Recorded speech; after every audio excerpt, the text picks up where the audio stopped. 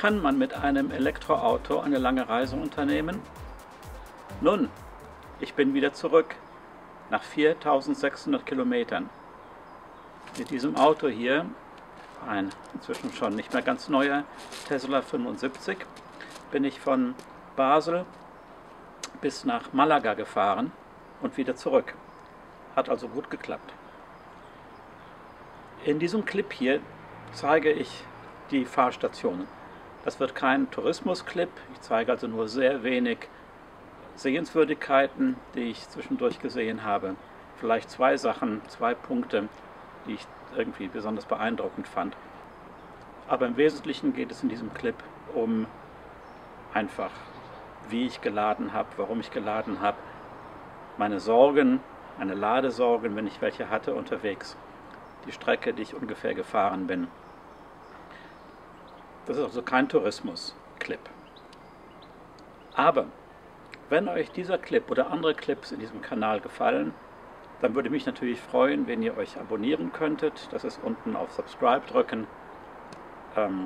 Das ist immer nett. Kostet ja auch nichts für die Leute, die es machen. Also viel Spaß bei diesem Clip, der zwei Teile hat. Also ein Teil ist die Hinfahrt, der andere Teil ist die Rückfahrt. Ich bin nicht genau die gleiche Strecke gefahren auf der Hin- und Rückfahrt, aber doch insgesamt ca. 4600 Kilometer. Viel Spaß!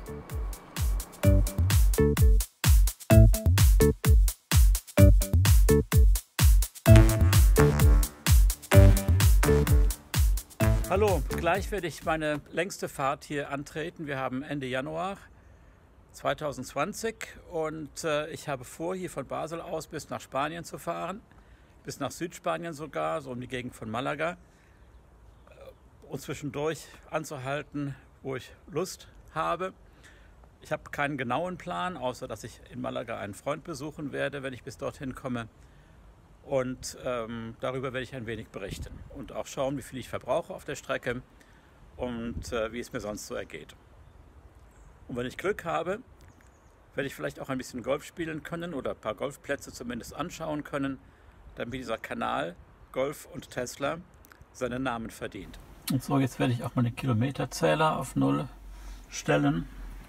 Jetzt stelle ich das erstmal hier auf 0. Wie geht das? Trip B zurücksetzen. Auf 0. Los geht's.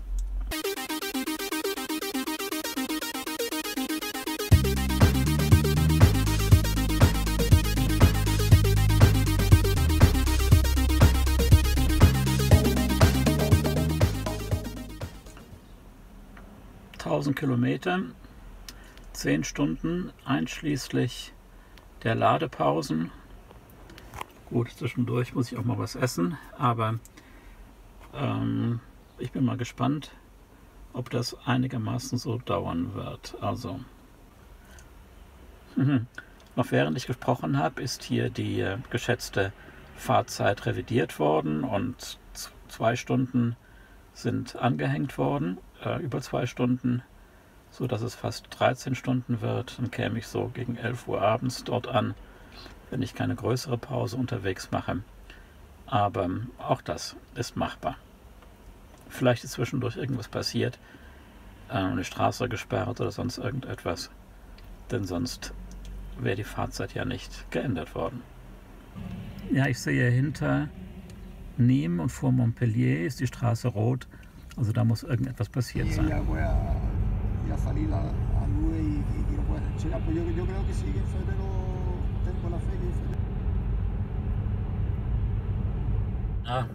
Der übernächste Supercharger Chambéry, ein bisschen eine Industriezone.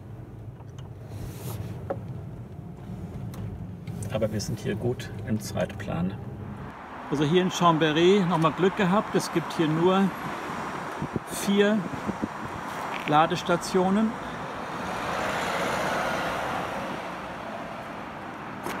Demnächst werden hier 16 neue aufgemacht, hier irgendwo in der Nähe. Aber jetzt kann ich nach 3 Minuten Laden nach Grenoble weiterfahren. Das ist nicht mehr so weit, denn es hat weniger verbraucht, als der Computer gesagt hat. Also stehe ich hier nur 5 Minuten und es geht weiter nach Grenoble und von dort der nächste Bericht.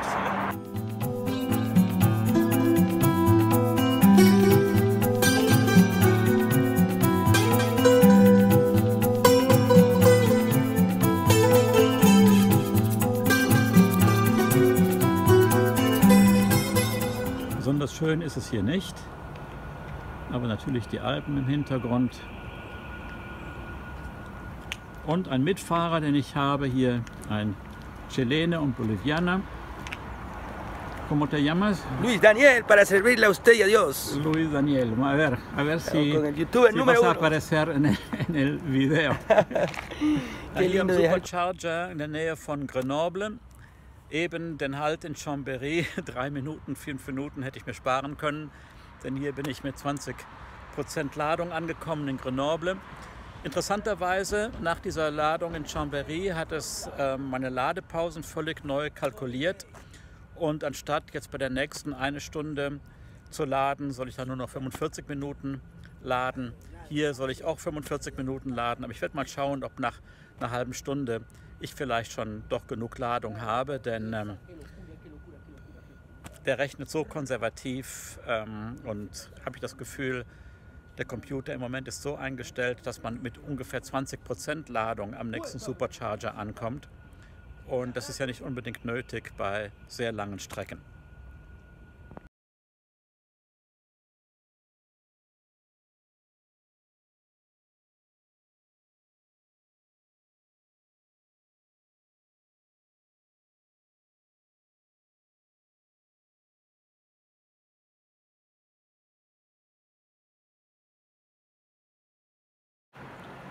Hier der Supercharger in Orange, Südfrankreich. Ausreichend groß, viele Autos gibt es nicht. Ein bisschen eine verlassene Industriegegend. Es ist 5:30 am Abend, noch gut in der Zeit eigentlich, genauso wie vorgesehen. Und ich durfte, wenn alles gut geht, wirklich so vor 11, Viertel vor 11 irgendwas da an Sant Cugat bei Barcelona sein. Mal schauen, ob es stimmt. Mal schauen, ob es stimmt. Das ist der Chic, das ist wahrscheinlich der Ort für Toilette und etwas Essen. Auf der Fahrt hier hatte ich doch ein wenig Probleme mit dem Empfang. Spotify ging manchmal nicht, die Verkehrsdaten kamen nicht durch. Und dann hat es auch manchmal die Supercharger nicht gefunden. Musste ich ein paar Mal ein Reset machen und den Bildschirm neu starten. Und das ging dann. Also das war ein bisschen enttäuschend, aber ich bin ja gut angekommen.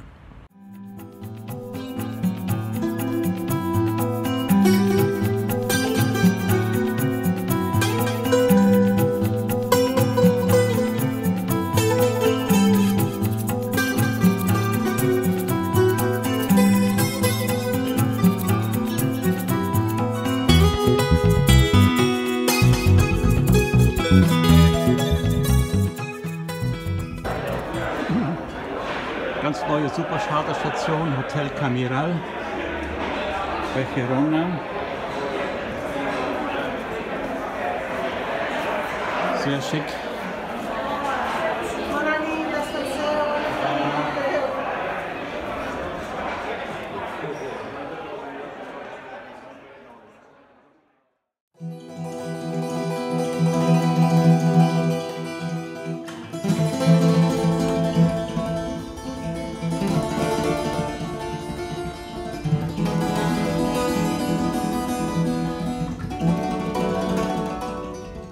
Die Fahrt gestern hat ein bisschen länger gedauert als geplant. Der Computer hatte mir gesagt, ich würde gegen 11 Uhr hier bei Barcelona im Hotel ankommen.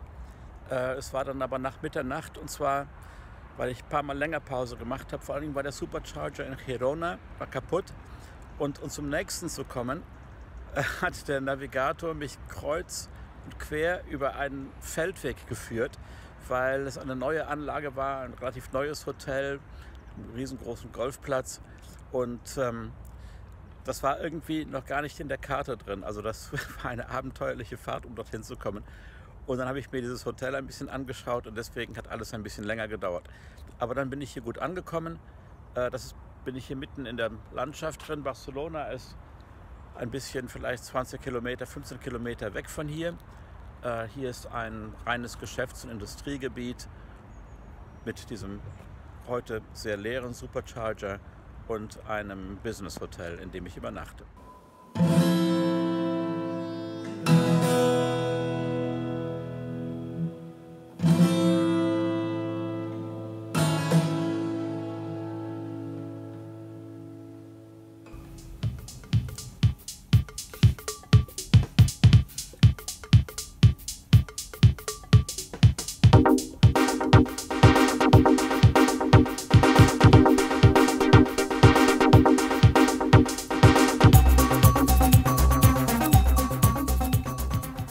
Leider hat es nicht geklappt, hier im Club Sant Cugat bei Barcelona zu spielen, weil es sehr, sehr voll war, ziemlich überfüllt war. Aber ich fand es toll, dass ich gestern in einem Rutsch von Basel aus bis hier bei Barcelona mit einem Elektroauto fahren konnte. Gut, ich hatte auch einen Beifahrer dabei, der mich unterhalten hat und dass wir viel sprechen konnten, denn die Fahrt war schon ziemlich lang. Aber es ging, an einem Tag die ganze Strecke abzufahren. Ich weiß noch nicht, wo genau ich anhalten werde, ob bei Valencia oder ein bisschen weiter in Richtung Malaga. Und das erzähle ich dann später. Die Temperaturen sind recht angenehm, so 13, 14 Grad am Morgen, späten Morgen hier bei Barcelona. Ende Januar 2020 und das wird vielleicht eine ganz schöne Fahrt. Jetzt geht es aber erstmal weiter Richtung Valencia und dann später Malaga. Das ist so eines meiner Ziele.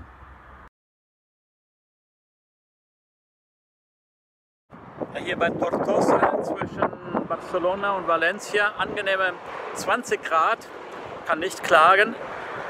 Ein bisschen ein seltsamer Ort hier, ein wenig alleine. In diese Ladesäulen, an diese Ladesäulen fährt man vorwärts hinein. Ich bin der Einzige.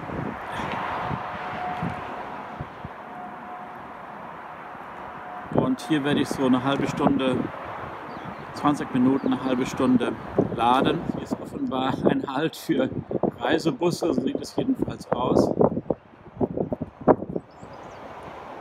Im Sommer dürfte das hier etwas voller sein.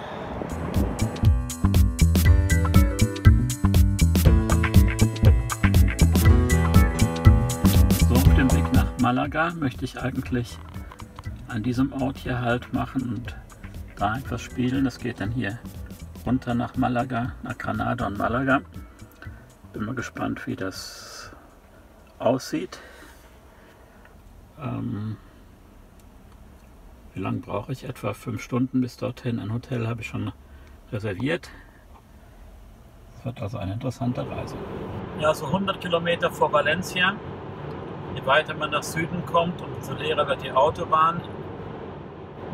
Draußen 23 Grad, kann nicht klagen für Ende Januar. Bei so wenig Verkehr funktioniert die Spurwechselautomatik ganz hervorragend. Auch gut zu spüren, wie beim Überholen von Lastwagen das Auto ein wenig nach links ausschert, nur um ein bisschen mehr Platz zu lassen. Das geht eigentlich auch sehr gut.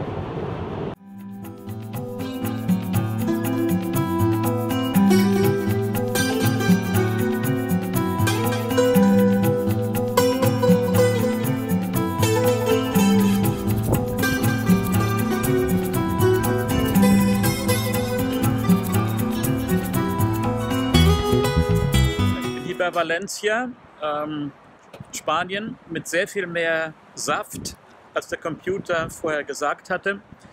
Der Tesla-Computer sagt, es soll die 35 Minuten laden. A Better Route Planner sagt mir, es soll ungefähr 19 Minuten hier laden. Ich werde das Kürzere nehmen, da der Verbrauch ziemlich gut ist. Wahrscheinlich war das Wetter auch nicht so kalt ist. Es ist so um die 20, manchmal sogar mehr Grad, ein bisschen windig allerdings und ich komme hier gut voran im Moment.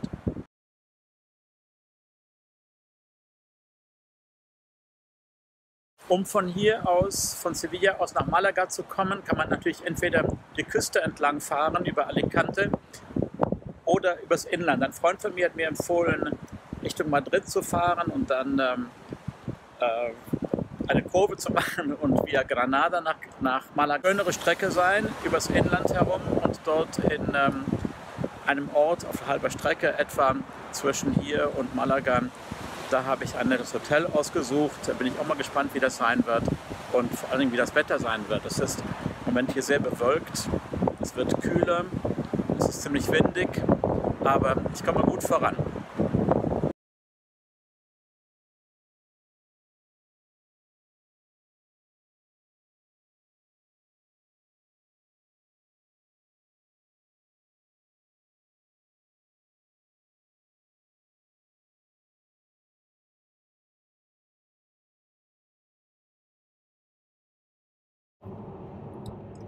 Hier ist ein richtiger Wald von Windrädern.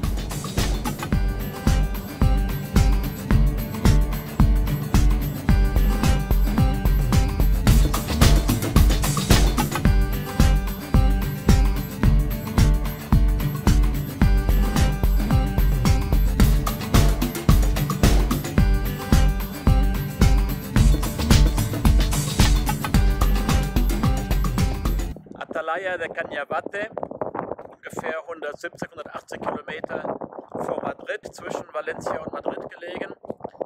Es ist reichlich kalt hier, ziemlich kalt, ziemlich kühl, zumindest verglichen mit unten auf der Meereshöhe. Ich bin der Einzige, wie so oft, hier an diesem Supercharger-Stand. Es ist das erste Mal, dass ich hier eine Ladestation für Nicht-Tesla-Autos sehe in Spanien. Immerhin etwas.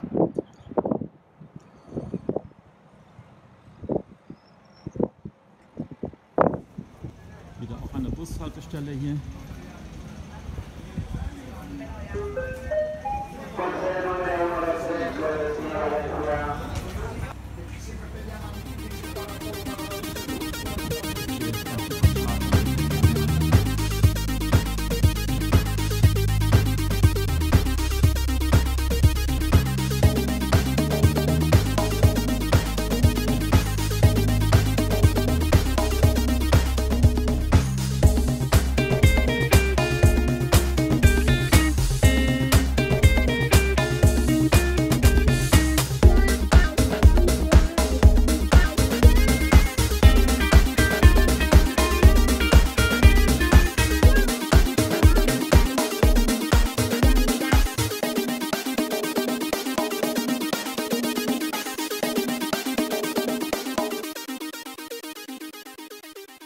Ja, hier in Manzanares gibt es 10 Ladesäulen. Ich bin mal wieder der Einzige. Ich bin gleich da, aber ich möchte hier eine ganze Menge laden, weil ich am nächsten Ort noch ein bisschen rumfahren möchte. Und dann gibt es noch eine ziemliche Strecke bis nach Malaga. Aber hier in der Nähe werde ich übernachten. Aber jetzt erstmal hier ein bisschen laden. Santa Cruz de Muglar, nicht weit weg von Valdepeñas, an der Autobahn Richtung Córdoba. Und von hier sind es vielleicht noch 2-3 Stunden bis Malaga. Aber das mache ich dann morgen.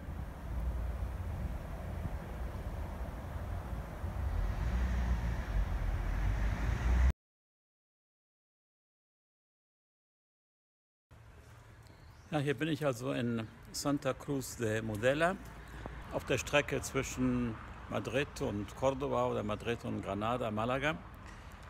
Es ist kühl, wir sind hier glaube ich auf 600 Meter Höhe, habe ich erfahren. Und es ist leider sehr bewölkt. Das ist anders, als man das hier in Spanien sonst erwartet.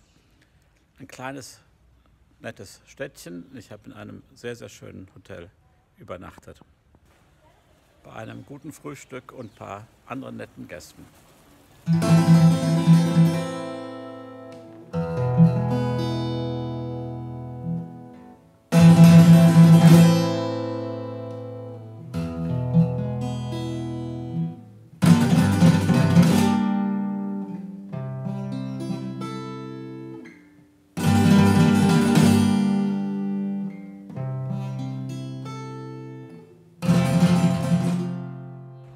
Heute geht es weiter nach Malaga, aber vielleicht halte ich ja auch vorher irgendwo nach.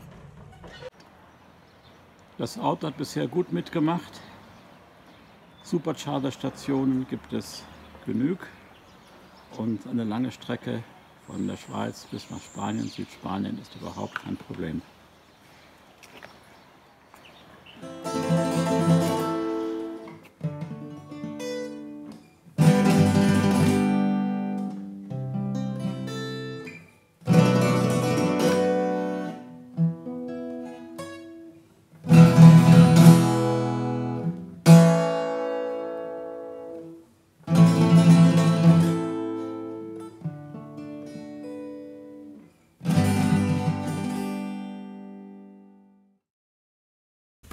So, in Santa Cruz de Modella habe ich übernachtet und dann habe ich hier 2 Kilometer weiter auf einem sehr ungewöhnlichen Golfplatz ein wenig Golf gespielt, nette Leute kennengelernt.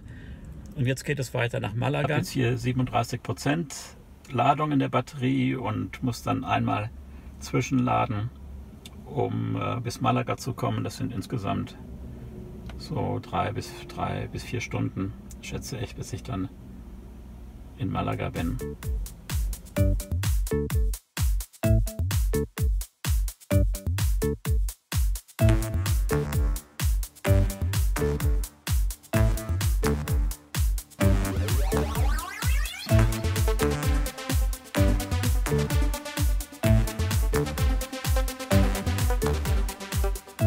Hier am Supercharger Guarromán, das ist etwa 500 Meter abseits von der Autobahn in Richtung Córdoba und dann Malaga. Also hier wird ein ziemlich langer Ladeaufenthalt empfohlen von 35 Minuten, aber dann kommt man halt in Malaga mit 10% an oder so und ich möchte doch ein bisschen mehr haben. Vielleicht gibt es aber zwischen hier und Malaga noch eine andere Station. Ich sehe hier in Granada, das ist nur 100 Kilometer weiter, gibt es noch eine Station, das ist hier die B. Da ist dann Malaga und ich glaube, dann werde ich dort mal vollladen. Dann habe ich nämlich noch genügend Saft, um in Malaga und Umgebung herumzufahren und mich dann nicht um irgendeine öffentliche Ladestation zu kümmern, die zu suchen. Dann werde ich das mal machen, 20 Minuten hier laden und dann am Supercharger in Granada ziemlich voll tanken. Wie so oft, das einzige Auto hier am Supercharger Guarromán in der Autobahn Richtung Córdoba, dann Granada, Malaga. Offenbar eine große Tankstelle, aber auch mit einem Restaurant.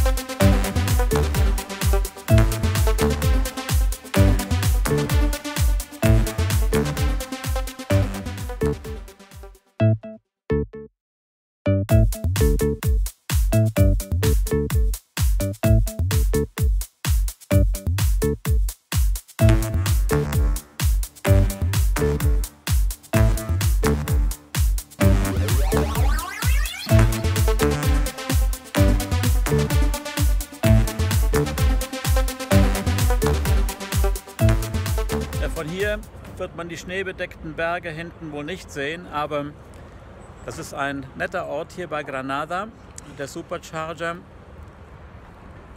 wieder einigermaßen alleine. Hier in Südspanien öfters die Sonne scheint, erkennt man daran, dass dieser Supercharger hier ein Dach hat. Das ist das erste Mal, dass ich das sehe. Und außerdem sind oben auf dem Dach Solarpanels. Die alleine können natürlich ein Auto nicht laden, jedenfalls nicht schnell, aber tragen ja doch dazu bei, dass Energie gespart wird.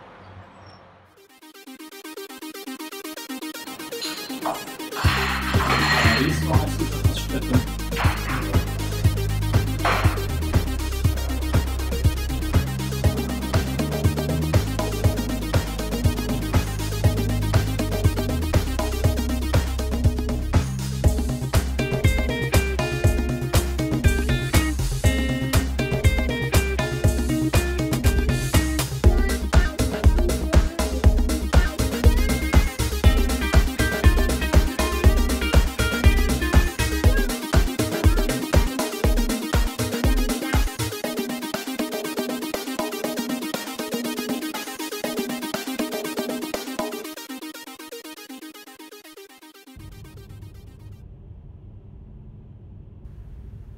So, in Malaga angekommen, nach 2100 Kilometern